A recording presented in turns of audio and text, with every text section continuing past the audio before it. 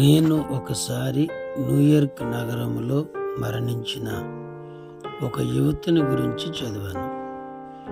ఒక ప్రెస్బిటేరియన్ పాదిరి గారు అంత్యక్రియల కార్యక్రమము నిర్వహించటానికి పిలువబడినారు. అయితే ఆ పాదిరి గారు ఆ యువతి హాజరవుచుండిన ఆ సంఘ పాదిరి గారు కాదు. ఆమె హాజరవుతూ ఉండిన సంఘ కాపరిని ఎందుకు ఆహ్వానించలేదో నాకు తెలియదు. అంత్యక్రియలు కార్యక్రమాలు నిర్వహించవలసిన ఆ పాదిరి గారు ముందుగా ఆ యువతి హాజరవుతుండిన సంఘ పాదిరి దగ్గరికి వెళ్ళి, చనిపోయిన మేరీ క్రైస్తవురాలా కాదా అని అడిగారు.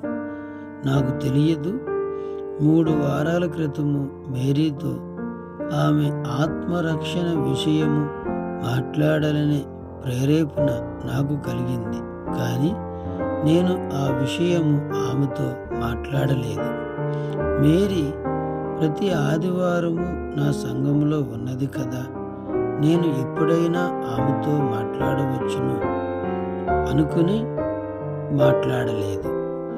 ఇప్పుడు మేరీ చనిపోయింది.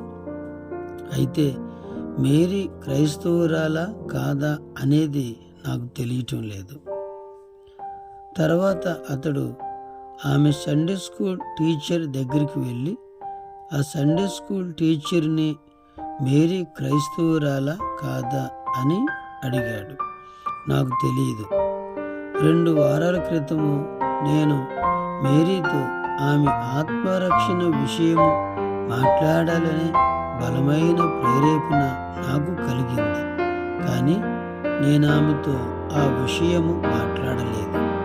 మేరీ ప్రతి ఆదివారము నా తరగతిలో ఉండేది. నేను ఎప్పుడైనా ఆమెతో మాట్లాడగలను అనుకున్నాను, కానీ మాట్లాడకుండా వాయిదా వేశాను. ఈలోపు మేరీ చనిపోయింది. అయితే మేరీ క్రైస్తవురాలా కాదా అన్న విషయం తెలియటం లేదు. సరే, ఆమె తల్లి దగ్గరికి వెళ్ళి మేరీ క్రైస్తవురాలా కాదా అని అడిగాడు. ఆమె తల్లి ఇలా జవాబిచ్చింది, నాకు తెలియదు. 1 వారం క్రితము నేను మేరీతో ఆమె ఆత్మరక్షణ విషయం మాట్లాడాలనే లోతైన ప్రేరేపణ నాకు కలిగింది, కానీ ఆమెతో నేను ఆ విషయం మాట్లాడలేదు. మేరీ ఎప్పుడు నాతో పాటు ఉండేది. నేను ఆమెను టేబుల్ దగ్గర రోజుకు 3 సార్లు కలిసేదానిని. నాకు నచ్చినప్పుడు నేను ఆమెతో మాట్లాడతాను అనుకున్నాను, కానీ ఈలోపు మేరీ చనిపోయింది. అయితే మేరీ క్రైస్తవురాలా కాదా అనేది తెలియలేదు.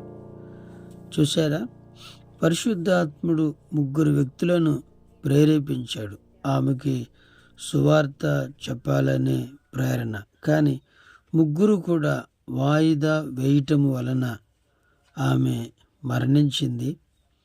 అందువలన ఆమె రక్షణ పొందుకోకుండా అయిపోయింది.